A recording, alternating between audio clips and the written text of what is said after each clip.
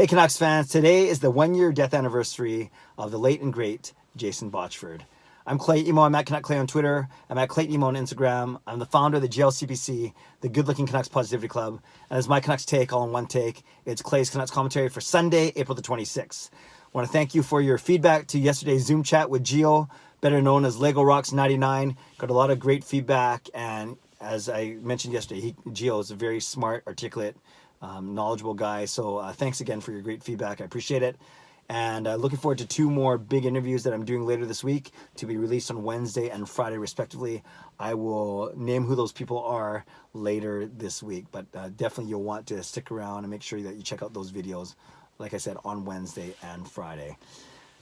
It's kind of fitting, actually, that given that most of my Zoom interviews have been with either broadcasters or media people or social media people, that today I want to pay tribute to Jason Botchford. It was 1 year ago today that we lost this wonderful reporter, this wonderful beat writer, this wonderful media personality. A year ago, he passed away from heart failure. And then, if you remember that, a long time ago, well, a year ago, he actually passed away on the weekend. So it would be likely Friday, April the 26th last year. And then people started to hear about it a bit on Monday, and then they announced it publicly on Wednesday on TSN 1040, and it was Halford, it was Brophy, it was Jeff Patterson, and obviously a very sad day.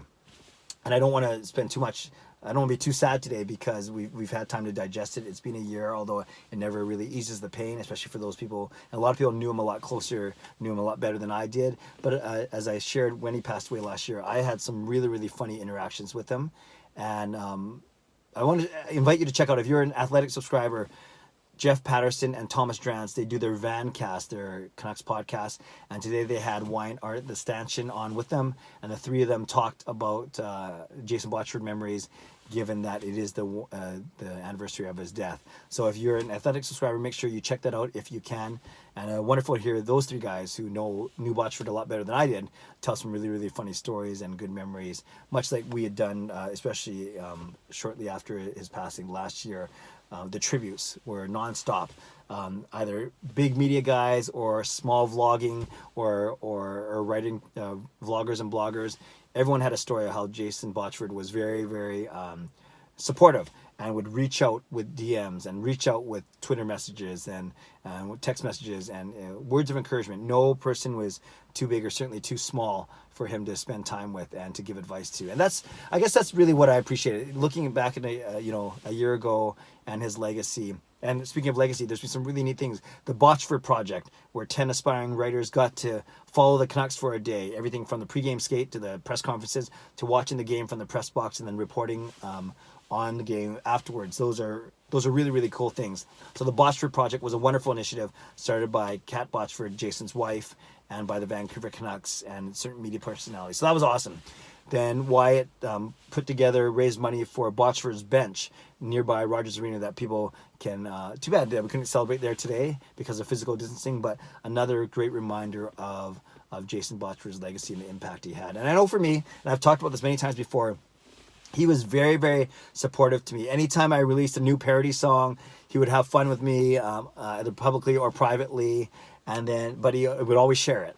And then other times, him and Jeff Patterson, there are 2 times in particular where they railed on me in the Patcast, and for fun, but all in good fun. And then he would reach out to me and say, make sure you check it out. We had some fun at your expense, but it was never like malicious fun. It was all good fun. And in essence, in a weird way of saying it, helped me, it helped increase my exposure because they were talking about me on the very popular podcast. One of them was about my escapades in San Jose for the All-Star game and meeting Elias Pettersson and Pettersson recognizing me. You guys know that story. And the other one was about I went after J-Pat once after his hard line of questioning at Louis Eriksson, and I challenged him on it, and then they had some fun at my expense on the podcast as well. So things like that, right? And Jason Botchford not only was encouraging to me about my songs, but he was very encouraging to me about my Canucks vlogging. And I'm not sure if he had a huge sense or a huge finger on the pulse of the Canucks vlogging world, but he would often reach out to me and say, good job, I watched your stuff.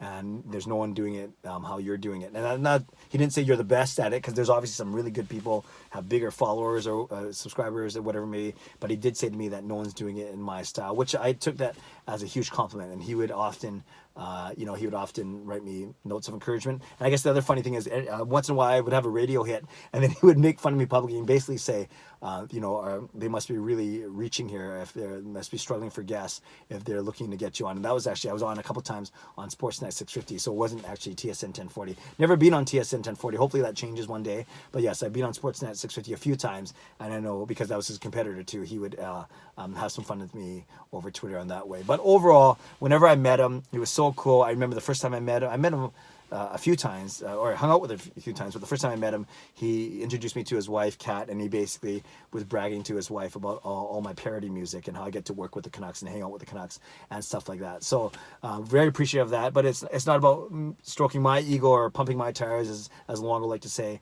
It was the fact that he took the time to hang out with me, to talk to me, to check in on me. We would talk about our families, we'd talk about our kids, and all those things. So on this day, a year later, we celebrate Jason Botchford. We are sad of his passing still. We pray for his wife and for his kids, and we hope that they are doing well.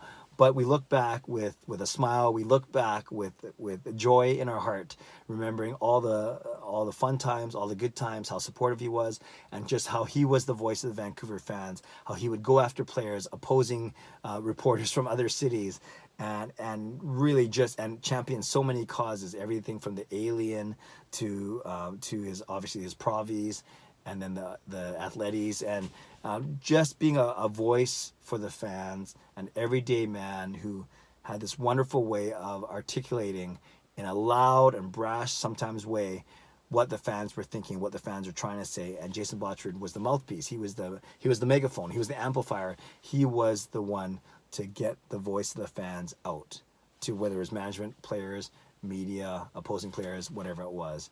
So all to say, Jason, thank you. I know you're looking down on us from heaven, and we trust that you are there, and we trust that you are living a glorious life right now and looking proudly, not too proudly, but proudly and with pride is probably a better way of saying it, on the legacy that you've left. So again, on this 1 year anniversary, I would encourage you of his death. I would encourage you to leave some comments below. What were your favorite memories of Jason Botchford? Was it a particular article? Was it a particular interview? Was it a particular exchange?